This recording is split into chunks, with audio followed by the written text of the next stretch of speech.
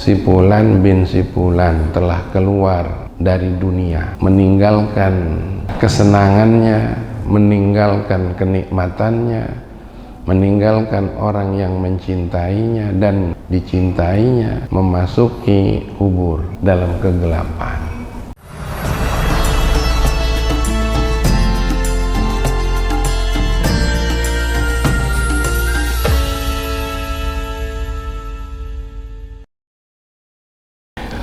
Assalamualaikum warahmatullahi wabarakatuh. Alhamdulillahi rabbil alamin. Wassalatu wassalamu ala asyrafil anbiya'i wal mursalin, Sayyidina wa maulana Muhammad wa ala alihi wa sahbihi ajma'in, amma ba'd. Kita teruskan kajian bagian akhir ya, di mana Nabi berdiri saat ada jenazah Yahudi lewat. Dipahami oleh orang yang sengaja mau menyimpangkan dari pandangan Islam bahwa berdirinya Nabi terhadap jenazah orang kafir itu sebagai dalil menyamakan kedudukan dan derajat manusia tanpa membedakan agama. Dalam hal berbangsa dan bernegara memang kita sama-sama sebangsa, tapi dalam artian hakikat ya tidak seperti itu. Itu maksudnya supaya kita punya keyakinan yang tidak salah. Nabi berdiri itu dalam rangka menghargai sesuatu yang sangat mengagetkan, yang sangat besar, dibuat oleh Allah. Siapa yang membuat kematian kalau bukan Allah? Kemudian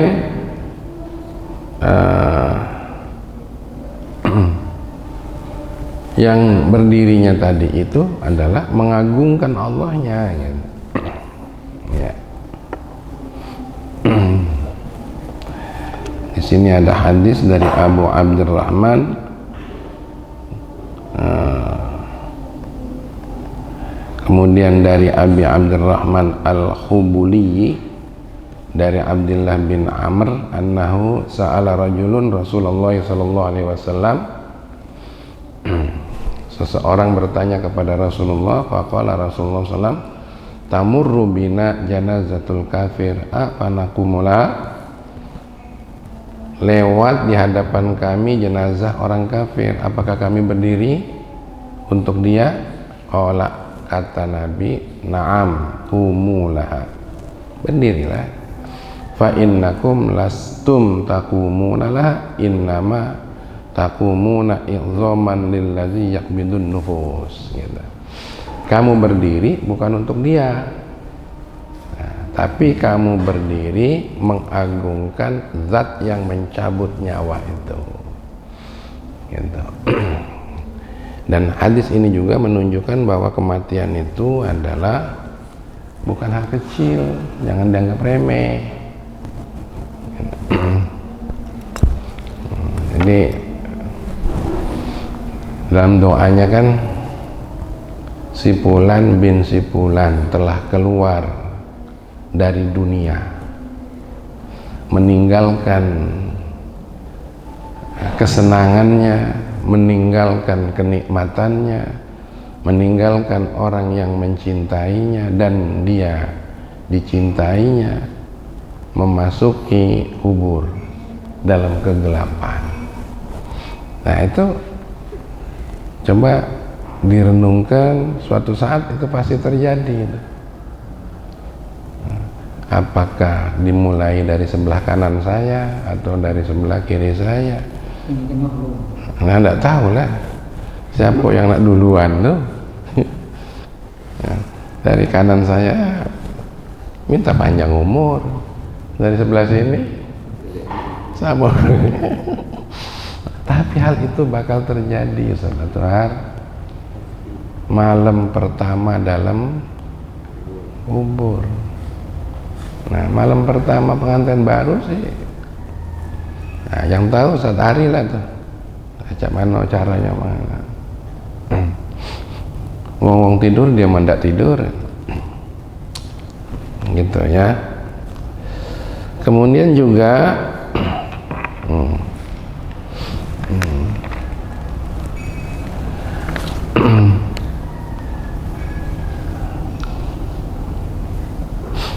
ada dari Ibnu Hibban, tercatat dalam kitab Tuhfatul Ahwazi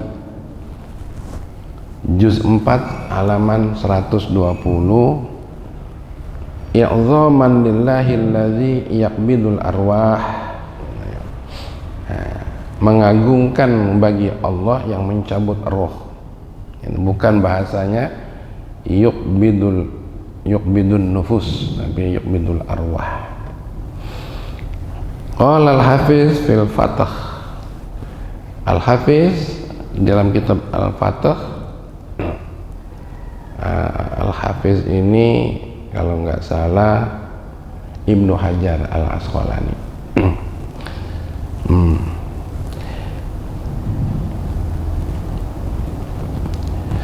Innahu la tunafi baina hadhihi ta'lilat, bahwa berdiri seperti itu jangan menafikan hal-hal yang dianggap satu hal yang perlu diperhatikan, satu hal yang menjadi ilat, menjadi persoalan dalam hidup kita. Karena memang kita ini harus banyak ingat mati gitu. Jangan mati ya matilah. Ini dapat WA nih, ada keluarga kita meninggal sore tadi. Nah, itu terbayang oleh kita, ya Allah, masih muda meninggal. Dan saya punya mamang di Palembang meninggal juga hari Minggu kemarin, padahal sehat-sehat baik ya. Nah, bapaknya Abdul Rauf itu qori internasional ya. Bapaknya Rauf meninggal. Mang tapi bapaknya Rauf itu sekarang dia tuh lulusan Mazra'illah, sekarang jadi jadi apa, juri nasional. Dia pernah menjuarai internasional 2 kali, di Thailand sama di Malaysia. Li'anna al-qiyama lil faza'i minal mauti fihi ta'zimun, ya, li amrillahi ta'ala wa ta'zimun lil qa'imina bi amrihi fi dzalika fahumul malaikah. Berdiri tadi itu juga karena kaget adanya kematian. Jadi kalau ada kematian itu jangan diem, kaget sebenarnya. Apa ya? Gegar kematian. Sehingga dengan merasakan gegar setiap ada kematian itu, kita dekat sama Allah. Kita berpikir cak mano kalau itu terjadi pada kita. Hazimul ladzat, gitu. Itu putus segala macam yang kita rasakan nikmat di dunia ini. Bini, ya binilah ditinggal. Jangan-jangan diambil uang pula, tetangga pula yang ambil ya. Mending tetangganya tuh baik nian sama kita, ya dah. Hah? Katanya setiap malam Jumat itu tahun pertama balik terus ke rumah. Siapa yang baca Quran untuk saya? Tengok anak-anaknya. Anak-anaknya dah kata yang baca Quran. siapa yang selalu mendoakan untuk saya? Nggak kate pula. Siapa yang mewarisi harta saya? Terakhir, siapa yang ngambil bini aku? Nah, Masya Allah, tetangga mulu yang ngambil.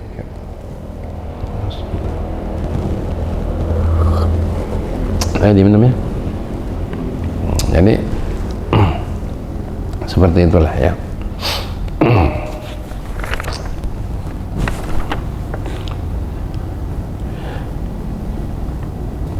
Nah, kemudian ada lagi yang punya alasan di dalam sana itu, hadis sana itu disebutnya nafsan ya, nafsan alaisat nafsan, nah gitu.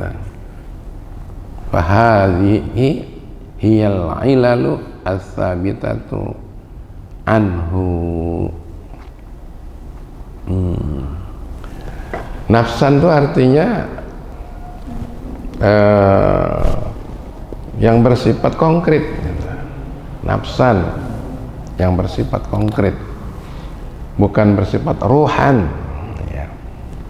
Jadi kalau Rasulullah tadi berdiri karena ada ruh yang dihormati, ada malaikat, ada hal yang dirasa mengagetkan, tapi hadisnya tadi nafsan katanya gitu. Nah, dari Ibni Abi Lail anna Qaisa ibna Sa'din wa Sahla bin Hunayf kana bil Qadisiyati famarrat bihima janazah. Dua orang ini pernah menyaksikan jenazah lewat, faqama faqila lahuma. Ada orang lewat lalu duanya itu berdiri dan dikatakan ayo berdiri. Innaha min ahlil ardi, bahwa dia itu dari ahli bumi. Faqala inna Rasulullah sallallahu alaihi wasallam marrat bi janazatan faqama faqila innahu yahudiyan faqala alaysat nafsan gitu. Rasulullah juga seperti itu, ada jenazah lewat lalu kemudian berdiri dan dikatakan itu Yahudi. Apa katanya? Faqala alaysat nafsan, bukankah dia juga nafsan? Nah, jadi menghormati orang melewat itu, Nabi itu ia menghormati secara konkret nafsannya tadi, ia menghormati apa namanya yang bersifat rohannya itu tadi gitu ya. Tapi tidak bisa disamakan dalam hal derajat antara yang beriman dengan yang tidak beriman. Karena orang yang tidak beriman itu berbeda dengan kita ya. Bedanya apa? Banyak bedanya. Yang pertama, dia tidak suci setiap hari itu lebih dari pagi sore aja. Tapi kalau kita setiap waktu bersuci, wudu. Karena wudu itu tidak boleh juga asal basah baik. Wudu ini merupakan tanda kekhusyuan sholat. Kapan wudunya sudah tidak benar, sholatnya juga itu biasanya asal-asalan. Artinya harus bersinian wudu kita tuh. Kalau di dalam tuntunan fikih itu wudu itu satu, jangan memboroskan air. Yang kedua, harus 3 kali. Jadi jangan mentang-mentang air di situ tuh gede, nah, itu sebenarnya kecilkan baik itu. Ini kadang-kadang kebuang-buang air, itu makruh. Hati-hati, itu menyangkut kesiapan sholat yang tidak bagus wudunya. Mana kira-kira cari keran yang agak kecil, puter, jangan terlalu Ada nggak keran wudhu khusus? Hah? Ya. Kadang tuh ngebernya tuh wudhunya tidak pula sudah 3 kali disela-selai katanya. Nah, aja itu disela-selai. Nah, ini digeser kalau ada ini. Nah, ini makanya jangan kenceng-kenceng ininya, cincinnya.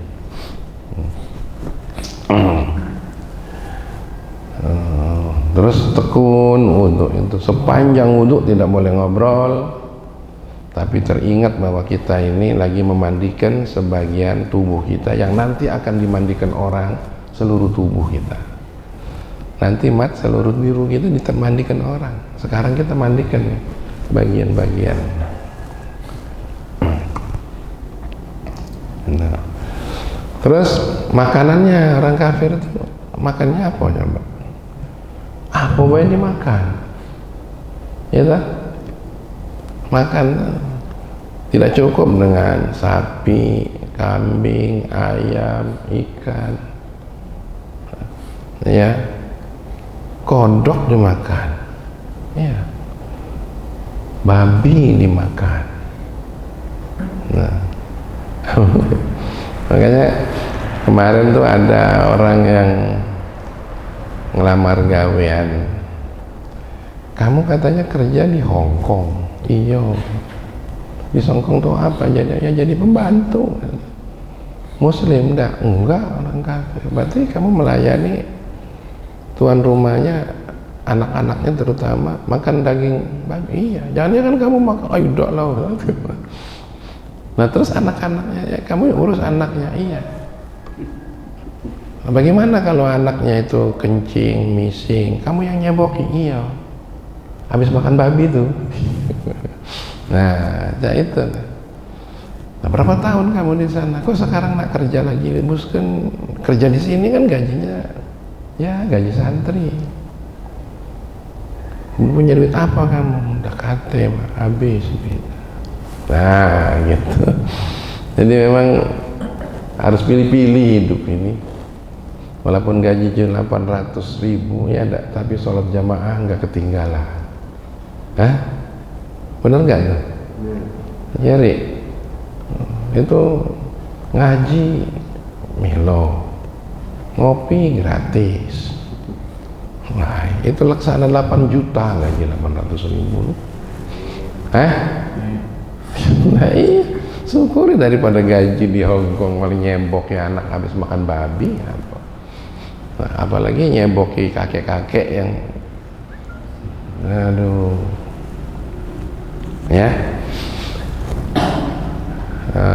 Terus apalagi orang kafir itu makanannya sembarangan. Dia nggak mandi jenabat, nggak mandi junub ya. 1000 tahun dia mandi tambah niat jenabat tetap aja berhadas dia. Nah, itu beda ya. Tapi dalam artian konkretnya sebagai sesama bangsa, tetap kita menghargai sesama bangsa. Tapi kalau dikatakan sama, jangan. Kemudian syaraha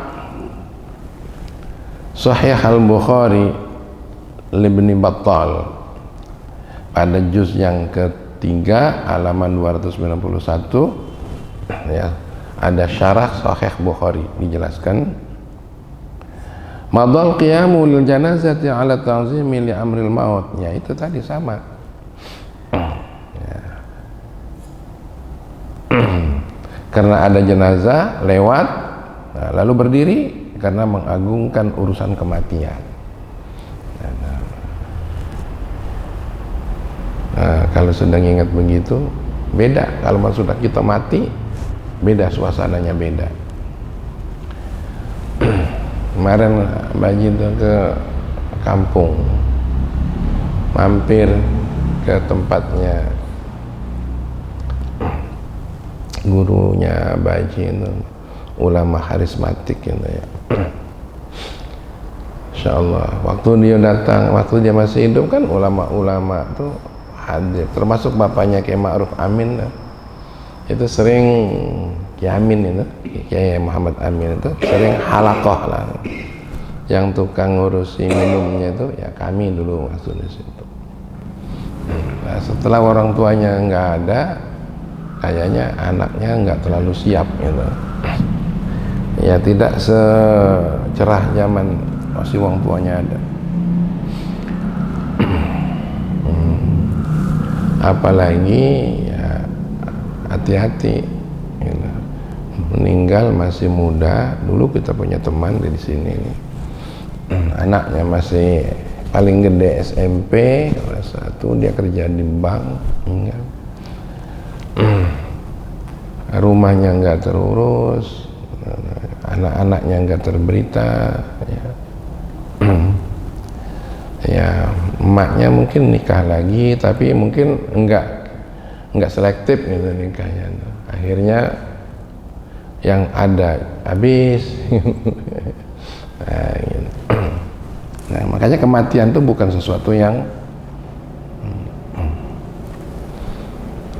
saya juga punya saudara kebetulan nggak ada anak, istrinya meninggal, suaminya nikah lagi dan nikah lagi tanpa musyawarah, asal dia suka, cuma kita diundang, kasih tahu diundang.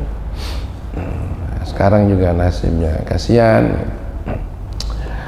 Li'annal mauta faza'un, karena namanya mati itu mengagetkan. Fayajibu istiqbaluhu bil qiyami lahu wal jaddu. Maka wajib ya menyambutnya itu dengan berdiri. Itulah kira-kira kajian kita untuk hari ini. Nah, selanjutnya saya mau baca ini saja dulu, yang ketiga. Nanti uraiannya di bawah sana. Yang ketiga, di dalam kitab ini pertanyaan, adakah ukhuwah selain ukhuwah Islamiyah dalam Islam? Sekarang kan ada ukhuwah insaniyah, ukhuwah wataniyah. Yang ditanyakan, ada enggak tuh ukhuwah selain ukhuwah Islamiyah? Deskripsi masalah. Ada salah satu tokoh agama yang menyampaikan argumen dalam sebuah forum kajian bahwa ada ukhuwah selain ukhuwah Islamiyah, yaitu ukhuwah basyariah, ukhuwah kemanusiaan, atau insaniyah, yang tujuannya agar status kafir dan muslim dan kafir dan non kafir muslim adalah sama.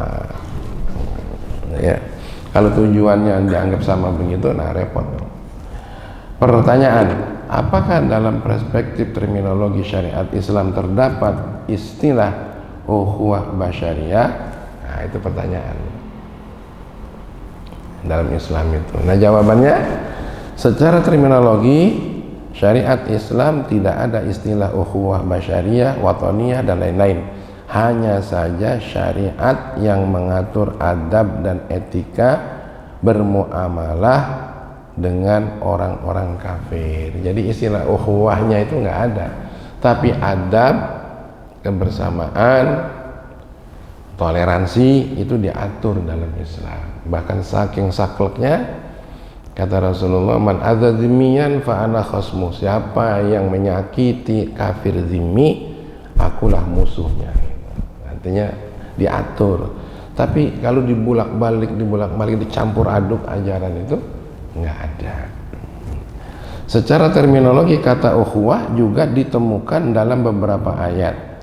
Ya, semisal karena satu ikatan keluarga atau karena sebangsa